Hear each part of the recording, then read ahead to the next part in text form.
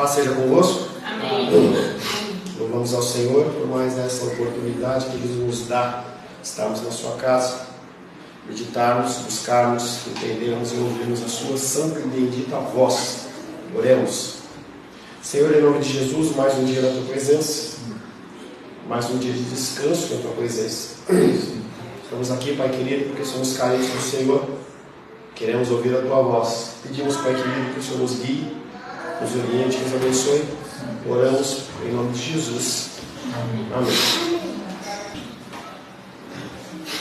Mais uma vez, paz seja convosco. Amém. Louvamos a Deus por essa oportunidade. Novamente falo para você que eu não estou com Covid. A minha esposa fez eu fazer o teste, mas é uma gripe bem forte. Estamos meditando no propósito de Deus na redenção. E na semana passada, fazendo o nosso breve resumo, falamos qual o propósito de Deus colocar o povo dele peregrinando no deserto. Falamos que Deus teve bons motivos para destruir ou querer destruir o seu povo no deserto por causa da murmuração, mas mais uma vez ele detém a sua mão.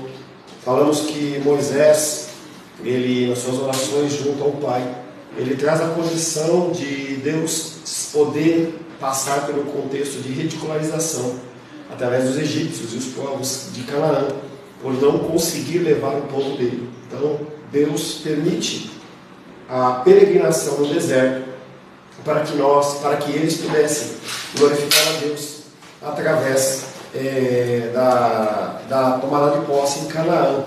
Tá? É algo que nós podemos estabelecer junto a nós e a predeterminação que Deus nos dá da nossa salvação, em que nós muitas vezes cocheamos entre duas fés, dois senhores, mas o Senhor ele continua nos mantendo firmes na nossa fé. É algo que nós temos que agradecer o tempo todo o tempo. Falamos também sobre a conquista de Canaã. Falamos que o livro de Josué narra como Deus deu ao povo de Israel a vitória. A razão que ele fez isso não foi para que aquele povo se desse bem ou ficasse feliz, mas para que o nome dele se cumprisse dentro das profecias que tinham sido ditas, em que ele disse que iria dar aquela terra, que eles temessem e honrassem somente a ele. Então, eu acho que foi dentro da oração, não sei se foi da Vânia, não entendeu? Exatamente a condição de que Deus ele permite situações para que você possa realmente reconhecer a presença dele na sua vida. Quando você está numa condição de descanso, naturalmente você não se esforça. Então, se você não percebe que você está com alguma dificuldade de saúde, você não se exercita, você não se alimenta bem, e as coisas do Senhor também funcionam dessa maneira. Quando Deus ele permite que você passe todo o revés na sua vida, é uma condição de deserto em que Ele está permitindo simplesmente que você possa reconhecer a figura dele. Falamos sobre o contexto do início da monarquia e falamos que a preservação do povo, apesar do seu pecado, deve ser o propósito de Deus preservar e mostrar a honra do seu nome. Então Deus, ele naquele contexto, as pessoas elas falam: eu não quero Deus como meu Senhor, eu quero um rei como as outras nações. E Samuel inclusive fica muito chateado com aquilo e Deus fala: não, isso está acontecendo porque eu determinei, eu já falei isso lá atrás, e eles estão escolhendo homens em vez de mim, e você não tem nada a ver com isso, você não tem que ficar chateado. E nesse contexto ele levanta Davi, um homem segundo o coração, um homem que é colocado, mesmo falho, mesmo pecador, como um padrão para líderes, para pastores, para homens, não que não pequem, mas pessoas que se arrependem dos seus pecados. Falamos também sobre o templo de Deus. A intenção de Salomão não era que o nome dele fosse engrandecido, era uma ideia que já tinha nascido dentro do contexto lá de Davi, e Deus não permitiu que Davi construísse aquele templo, mas ele levanta Salomão para construir aquele templo, para que o nome de Deus fosse conhecido e reconhecido como o local onde era adorado o Deus verdadeiro. E aí falamos também a respeito do exílio e a promessa de salvação.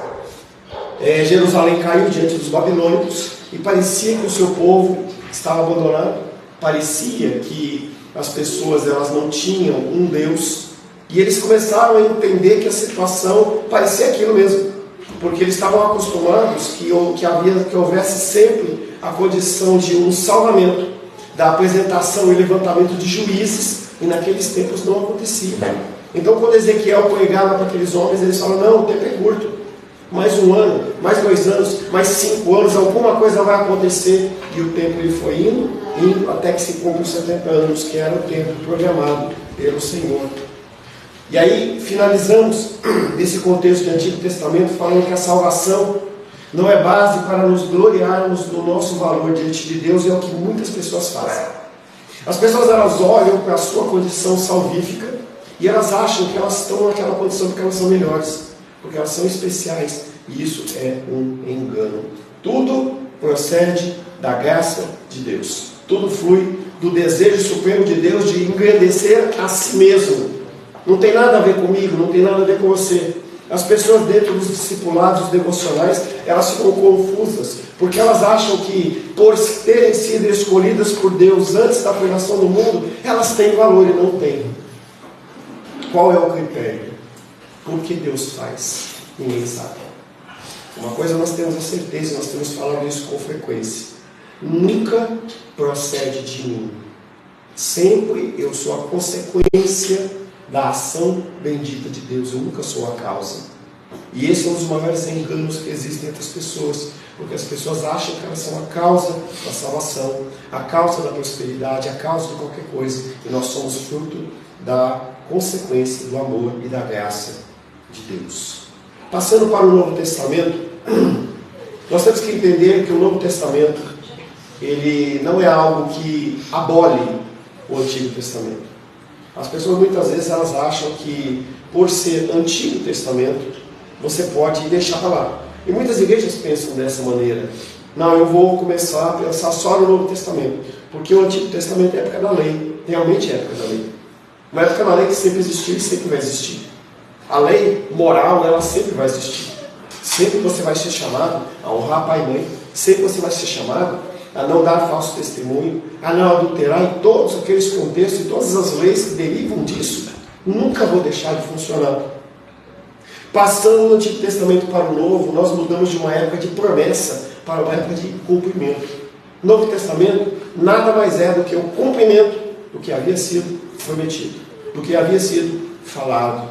Então quando você lê o Novo Testamento, se você não tiver uma base do Antigo, você vai ficar no vazio. Vai ficar parecendo que o Antigo Testamento era um Deus mau, e no Novo Testamento é um Deus bom. Não, Deus ele é imutável. E aí a gente tem que lembrar sempre das características do nosso Deus quando nós lemos as Escrituras.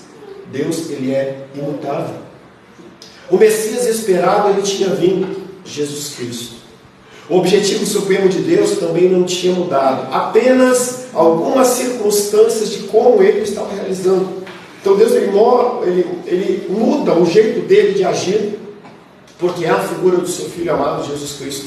Mas Deus ele continua exigindo que seja pago esse preço desse pecado, que continue sendo pago o preço da mácula do nome do Senhor, porque é algo que a gente sempre fala. A condição de Satanás, ele sabe o que vai acontecer com ele. A figura de Satanás, ele não é bobo, ele não é tolo, ele sabe o que vai acontecer com ele. Mas ele sabe que a única coisa que ele pode fazer é tentar roubar a glória do Senhor. E ele rouba a glória do Senhor não através do ímpio, mas rouba a glória do Senhor através da sua vida. Quando você deixa de obedecer, quando você deixa de fazer aquilo que tem que ser feito, quando você deixa de cumprir as ordenanças dos mandamentos que foram proclamados no Antigo Testamento sobre a igreja. Nós somos o Israel de Deus aqui na terra. E nós temos papéis a cumprir aqui na terra. Quando você entra num ciclo de que eu vou viver apenas para mim, apenas para o meu benefício, apenas para a minha prosperidade, você está roubando a glória de Deus. Nós temos que entender a grandiosidade disso. É algo que eu tenho meditado. Se a gente, finalizando esse estudo, talvez mais 3 domingos a gente finaliza.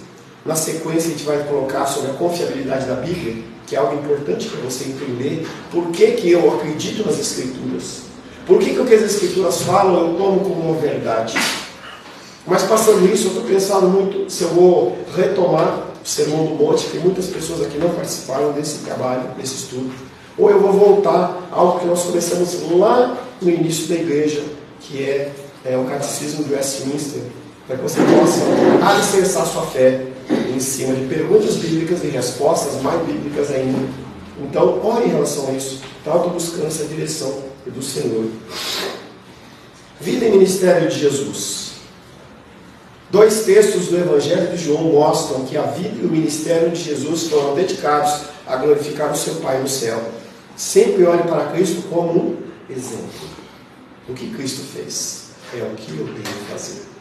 Se eu não faço o que Cristo fez, eu estou declarando com os meus atos, com as minhas palavras, que eu não sou discípulo de Cristo.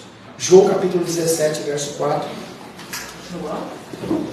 João.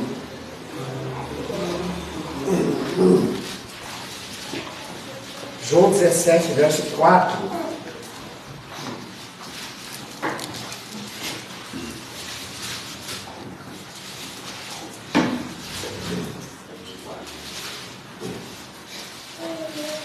Eu te glorifiquei na terra, consumando a obra que me confiaste para fazer. Tá? Esse versículo está mostrando como se glorifica a Deus. Não necessariamente é com mãos erguidas, não necessariamente é em você cantando louvores ou falando em outras línguas, mas é o contexto sempre da obediência. Jesus Cristo, ele vai e fala: eu te glorifiquei na terra, glorificando, consumando a obra que me confiaste a fazer. Cada um de nós tem uma obra a ser feita, e essa obra vai ser cobrada. Falo isso para pais, falo isso para mães, para esposas, maridos, filhos, irmãos, tios. Você tem algo a fazer aqui na terra. Pastor, eu não sei. Se você não sabe, você precisa parar tudo e você começar a procurar. Porque se você não cumprir aquilo que Deus tem que você cumprir, você não é filho. Então todos nós temos motivações, todos nós temos desejos, mas o Pai, ele mostra para nós na palavra o que nós temos que fazer. A parte da leitura das Escrituras, eu sempre falo para você, eu não tenho nada a acrescentar a você. Se você não lê a Bíblia, eu sinto lhe dizer que você está indo em direção ao inferno. Então, pastor, que duro, mas é isso. Se você não tem prazer e vontade nenhuma de conhecer o Deus que você serve, você está fazendo o que na igreja? Por que você vem para a igreja? Se você não tem prazer nas Escrituras, se você não lê as Escrituras, se o que arde no seu coração não é conhecer mais o seu Senhor, é um convívio social. Há tantos locais para você ter um convívio social. João capítulo 7, verso 18.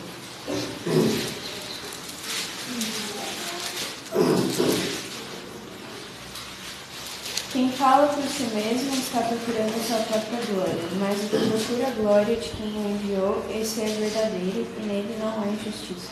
Quem fala por si mesmo está procurando a sua própria glória. Se eu faço as coisas que eu faço porque eu acho que tenho que fazer, eu estou procurando a minha glória, a minha satisfação.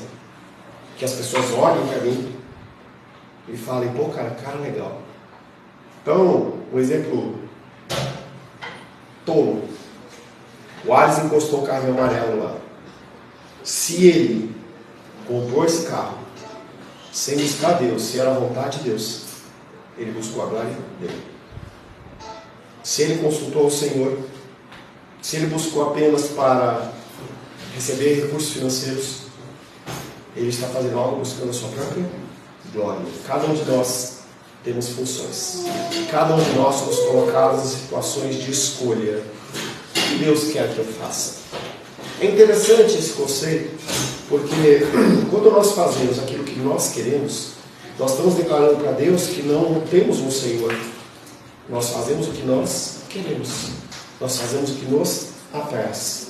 Quem fala por si mesmo está procurando a sua própria glória, mas o que procura a glória de quem o enviou, esse é verdadeiro e nele não há injustiça. Você tem buscado a vontade de Deus para a sua vida? Você tem dedicado tanto para saber o que Deus quer que você faça? Ou você simplesmente entra no automático na segunda-feira e você sai atropelando e fazendo o que você quer fazer? Por isso podemos dizer com convicção que o desejo que consumia Jesus, ele não pensava em outra coisa. Seu propósito mais importante na terra era glorificar seu Pai no céu. João capítulo 4, verso 54.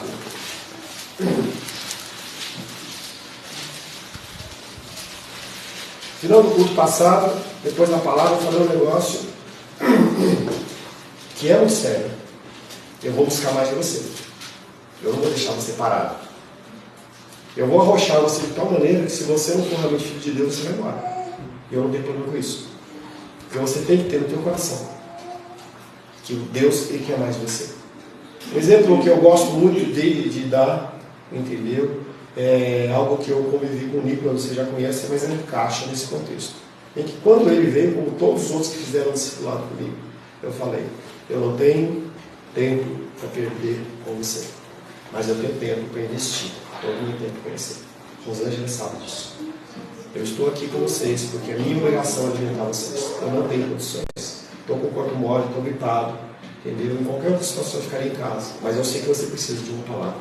Eu não posso me abster disso. E aí chegou um momento em que o Nicolas foi muito sincero e falou, pastor, nem você pode perder tempo comigo, mas também eu não posso perder meu tempo e eu não quero. E ele foi embora. E ele retornou porque ele entendeu a situação de que em alguma circunstância Deus colocou ele numa tal situação em que ele falou assim, o caminho é Deus. Vi um filme com a Rosângela ontem, muito interessante. Um filme dentro do contexto judeu, Segunda Guerra Mundial. E aquele homem era um grande violinista. E ele foi separado da família, ele ficou morando na Inglaterra. E ele ficou sempre querendo saber da vida dos pais, dos irmãos, né? E em certo momento ele encontra alguém que podia dar resposta. Achei muito legal. E encontra um judeu e falou, você quer realmente saber o que aconteceu? Se eles estão vivos ou não? Aí ele falou, quero. Aí ele levou ele numa sinagoga. Estavam lá os irmãos lá, judeus, orando. E aí ele falou assim, quando os judeus começaram a ser mortos nos campos de concentração, os rabinos que estavam presos, eles ficaram muito preocupados de que sumisse aquela geração sem ninguém se lembrar dela. É algo que se fala lá em Isaías. Ninguém fez menção do seu nome, porque Jesus era solteiro, ele não ia deixar descendência. E aí aquele homem fala, eu quero, e eles sentam, eles vão lá, chamam o rabino. E o rabino falou assim, olha, nós, rabinos, fizemos uma música cantando todos os nomes que foram mortos. E ele perguntou quanto tempo demora. Ele falou, todos os nomes? 5 dias. E aqueles rabinos, eles se dividiam em turnos para cantarem aquela condição, o nome do Senhor, a importância daquilo. E eu achei muito interessante, porque aqueles homens estavam cumprindo o papel que Deus queria que eles cumprissem, mesmo tendo uma dificuldade, talvez tendo um tempo de dedicação, mas eles faziam. E aquele homem, na sequência, que podia ser um grande violinista, ele falou assim, eu tinha abandonado o meu Deus, mas o meu Deus nunca me abandonou. Há 4 anos atrás eu perdi o meu Deus, e mostra uma cerimônia que ele faz, em que ele nega a fé dele, e tem uma série de símbolos judaicos que ele corta, rasga, dizendo que eu não faço mais parte disso. E aí quando ele aceita aquilo de volta, quando Deus o alcança, ele fala, eu vou servir esse Deus no resto da minha vida, eu não faço outra coisa a não ser isso. Então é algo que você tem que trazer a sua tona, porque o teu tempo de vida aqui na Terra, ele pode ser longo, ele pode ser curto, e o que você vai apresentar ao Senhor diante dele? A morte de Jesus. João 12, versos 27 e 28. Ministro, por gentileza. Não leu 4. Não leu ainda? Não. Desculpa. Tá? Porque eu comecei a falar. Vamos lá. Foi este o segundo sinal que fez Jesus, depois de vir da Judéia para a Galiléia. Um sinal que foi feito para o quê? Para a glória do nosso Senhor. Jesus Cristo, em toda a caminhada dele, as pessoas queriam fazer dele rei, queriam levantá-lo como uma autoridade. Se Jesus Cristo, naquele momento, ele se unisse aos judeus, ele era levantado como sumo sacerdote. Era a maior rainha dentro do povo de Israel. E ele fala, não é para isso que eu vim. Você é embaixador do Senhor aqui na terra. Entende o que é ser um embaixador? Embaixador é aquele que representa um país. Se você maltratar, matar, judiar um embaixador, você está declarando guerra contra aquele país. E aí o que acontece é que você, como embaixador, em vez de você entender isso, você troca essa condição de embaixador por situações muito menores. Nas igrejas isso acontece bastante. Ao contrário, eu lembro que eu congregava numa igreja em que tinha um homem que ele era um diácono nato. A gente encontra as pessoas. Cadê os Elos? O que eles estavam querendo? Eles estavam querendo. Era um diácono nato. E aí chegaram um momento e falaram assim: a gente precisa de um presbítero. Levantaram o cara de presbítero, mas ele não era presbítero. Ele era uma pessoa para interagir com pessoas. Ele não era um pregador, ele não era mestre, ele não era nada. Acabou com o cara. Mas continuou precisando de um diácono. Um líder de diaconato. Eu falei para eles assim: por que não pega esse cara e coloca um líder de diaconato? A resposta para mim foi: nós não podemos rebaixar a patente dele. O que você faz quando você não dá valor às coisas que Deus quer que você faça? Você coloca outras prioridades na sua vida. Você está se rebaixando. Se você soubesse que amanhã fosse o último dia da sua vida, você ia se preocupar com as contas de fevereiro? Você ia se preocupar com o imposto de renda ou com a sua aposentadoria? Pois é exatamente isso que pode acontecer na sua vida. Pode ser que hoje a gente esteja aqui e amanhã a gente esteja sepultando um de vocês lá no negócio. E o que é que a palavra de Deus diz? O louco, hoje mesmo, pedirá a sua alma. Vida e ministério de Jesus. Eu falei a morte de Jesus. João 12, 27 e 28.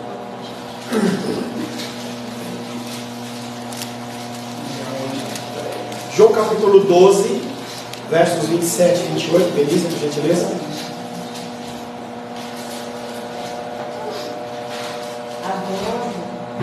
Agora está angustiada a minha alma. Mais alto do que eu, Elisa, por favor.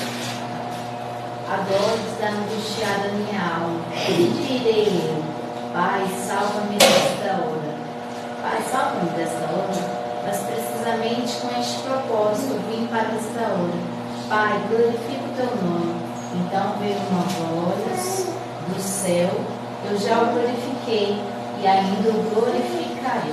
Jesus, no momento de angústia, em que ele olha para aquela situação em que ele ia ser escarnecido e apanhar, mas nada disso era importante para ele. O problema de Jesus Cristo não era a dor física, não era a rejeição, por mais que a gente nunca tenha a noção do que Cristo passou. A maior dor de Cristo foi naquele momento em que ele estava na cruz do Calvário, em que o céu se fecha e pela primeira vez, antes da eternidade, depois da eternidade, Cristo não viu o Pai, porque o tempo inteiro ele buscava o Pai.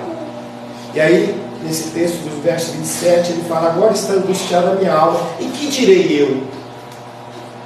Pai, salva-me dessa hora? Não, ele sabia que ele tinha sido feito para aquilo. Você sabe para que você foi chamado. Homens casados, vocês sabem para que vocês foram chamados. Vocês têm tratado as suas esposas como Deus ordena, estando dispostos a morrer por ela. Então a gente tem que começar a meditar nas Escrituras para buscar realmente em quem nós somos bem-aventurados. Porque muitas vezes o que acontece é que você fica angustiado, ansioso, preocupado, porque você não está fazendo aquilo que você deveria fazer. Se você fizer algo que não é da vontade de Deus, você vai ficar angustiado, ansioso e preocupado, que é o que o mundo está vendo. O mundo tem buscado a sua própria satisfação. O propósito da morte de Jesus era glorificar o Pai. Estar disposto, como Filho de Deus, a sofrer pessoalmente a perda de tanta glória, a fim de reparar a injúria feita à glória de Deus pelo nosso pecado. Isso mostrou como a glória de Deus é infinitamente valiosa. E eu pergunto para você, se nós vivermos a partir de amanhã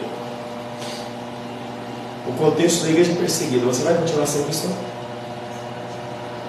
Se uma pessoa pegar um filho, um pai, a mãe, a esposa, colocar um revólver na cabeça e falar assim: ou você nega Cristo, ou eu mato, o que você faz? Não haja como Pedro. Primeira coisa. Porque a primeira coisa que ele falou: não, eu nunca nego, nem na morte. Pedro estava lá e ele mostrou como nós somos frágeis. Isso pode acontecer? Pode acontecer. 10 anos? Menos. Nós vivemos num tempo da história em que você pode ser colocado numa situação como essa. Ou você nega Cristo, ou vai acontecer X, Y, Z. Eu conversava com um pastor presbiteriano lá na região lá perto do Chuí, e ele falava exatamente sobre isso. Ele estava vendo estudos em que colocam duas plantações. Uma plantação e eles soltam gafanhotos. Os gafanhotos comem e devoram toda uma plantação, mas ela também toca. Por quê? Se você não comprar o grão que eu estou fornecendo, modificado, tá lá, você vai passar fome. Você está disposto a passar por isso? É verdade que a morte de Cristo também mostra o amor de Deus por nós, mas você nunca está no céu. O amor de Deus por nós é uma consequência. Você não é a causa do amor de Deus. Independente de onde você ouviu que Deus te ama, você não é o centro do amor de Deus. O centro do amor de Deus é Jesus Cristo. E os coaches estão falando, não, é o homem que é o centro. Ele é a pérola da criação, e é mesmo. Mas comparado com jumentos, com vacas e samambaias, realmente nós somos a pérola, não contra Cristo, não como Cristo. Deus expôs seu filho na cruz. Romanos 3,25. Gabriel.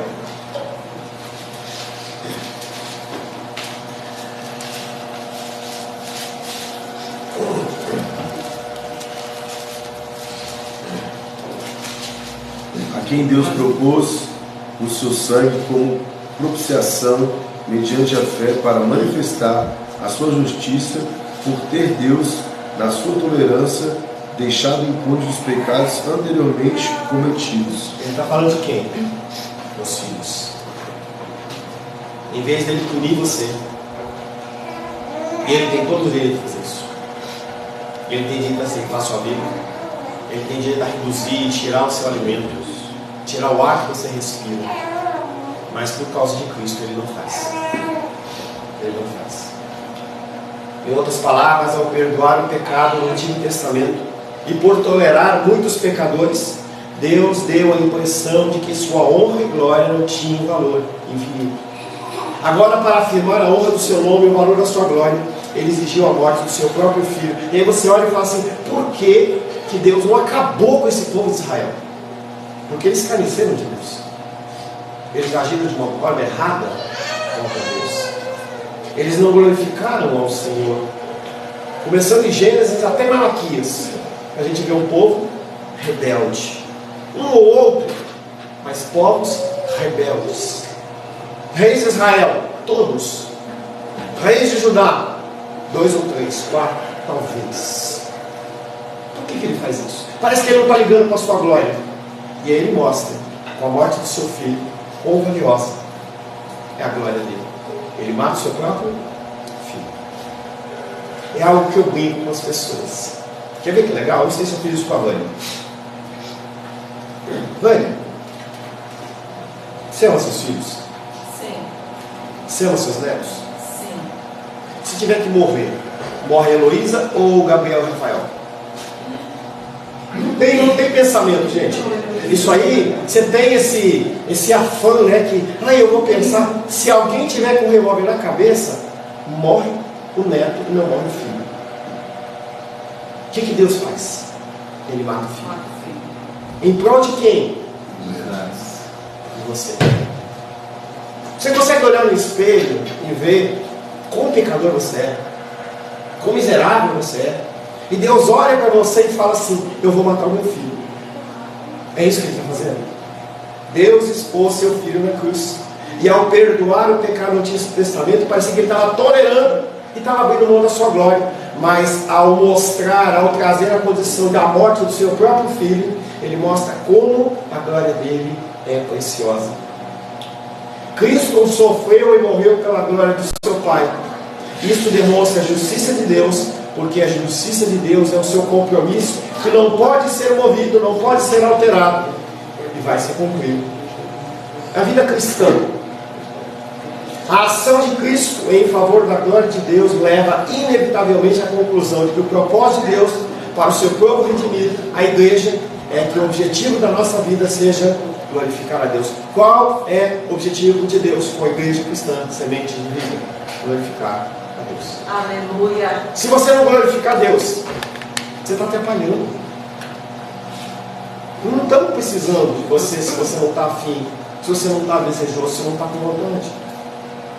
Ô pastor, outro dia não, um ano e pouco atrás, antes da pandemia, a pessoa fala assim: ô pastor, o senhor ora para Deus mandar as ovelhas, mas só manda embora as ovelhas? É.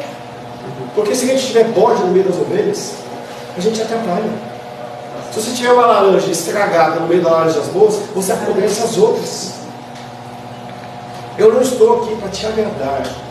Eu quero te deixar preparado para que no dia da tribulação e da luta você identifique o Senhor dos Exércitos. Eleva os meus olhos para os montes. De onde me virá o seu povo? Não está no monte. Não está na cruz que está lá, não está na capelinha, não está no santo, não está no seguro, não está em nada disso. O meu socorro está no Senhor. Amém. Esse é o nosso seguro, essa é a nossa verdade. Oh, aleluia! O 1 Coríntios 10, 31. Larissa, por gentileza.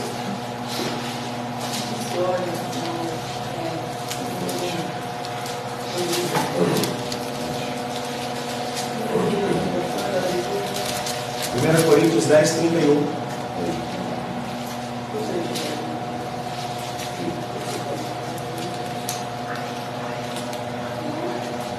Portanto, que comais, quer que bebais ou façais outra coisa qualquer. Fazei tudo para a glória de Deus. Tudo que você fizer, faça para a glória de Deus. Você come para a glória de Deus?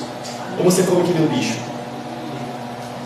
Você sabe que um bife satisfaz e come 3. Você sabe que você precisa de um pãozinho para te alimentar e você come 4. Para quê? Você fazer mais cocô, é isso? Porque o que é excesso vai embora. Você sabia que quando você não come para a glória de Deus, você está tirando a glória dele? Vai embora nada, estoca. Hã? Vai embora nada, estoca. Não, uma parte estoca, mas uma parte vai embora. Quantas vezes você faz cocô por dia? Tem gente que faz 3, 4, porque come demais. Nem dá tempo de estocar. Tudo que nós fazemos tem que ser para a glória de Deus. Pedro mostra que todo o nosso serviço como cristão tem por objetivo que Deus seja glorificado como aquele que nos capacita a fazer todas as coisas boas. 1 Pedro 4,11. Aí, por gentileza.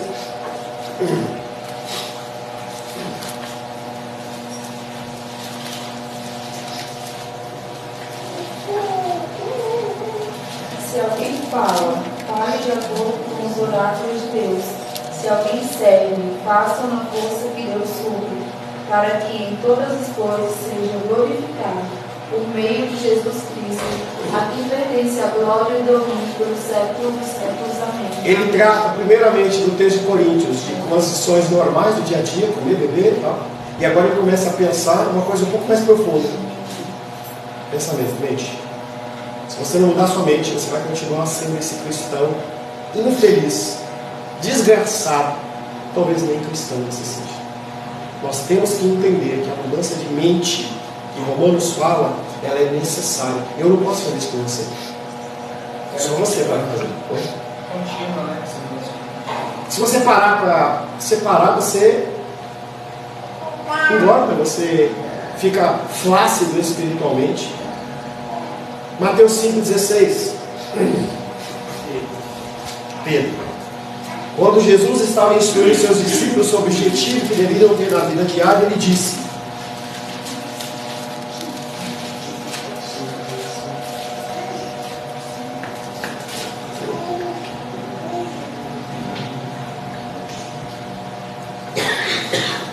Assim brilhe também a vossa luz diante dos homens, para que vejam as vossas boas obras e glorifiquem a vosso Pai que está no céu.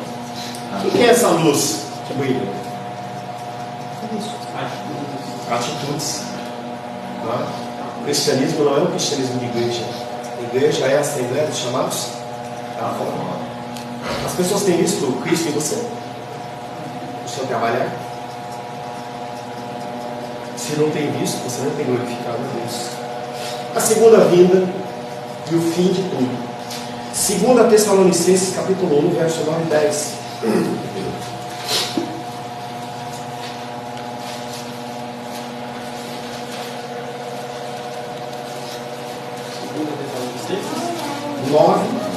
capítulo 1, verso 9 e 10. Estes sofrerão penalidade de eterna destruição, banidos da face do Senhor e da glória do seu poder, quando vier para ser glorificado nos seus santos e ser admirado em todos os que queiram. Naquele dia, porquanto foi crido, entre vós é nosso testemunho. Estes sofrerão penalidade de eterna destruição, banidos da face do Senhor e da glória do seu poder. Quem são esses? Sim. Aqueles que não fazem o que na terra? Não comem, não bebem, não pensam, não vivem para a glória do Senhor. O que vai acontecer com eles? Sofrerão penalidade de eterna destruição. Vai passar 10 anos e Deus libera? Eterna destruição, banidos da face do Senhor e da sua glória. Jesus Cristo está voltando, por mais que você não acredite.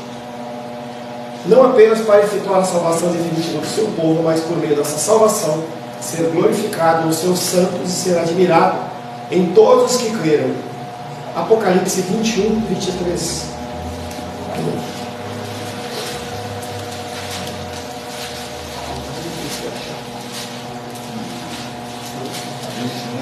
Rainer, por gentileza. 21, 23.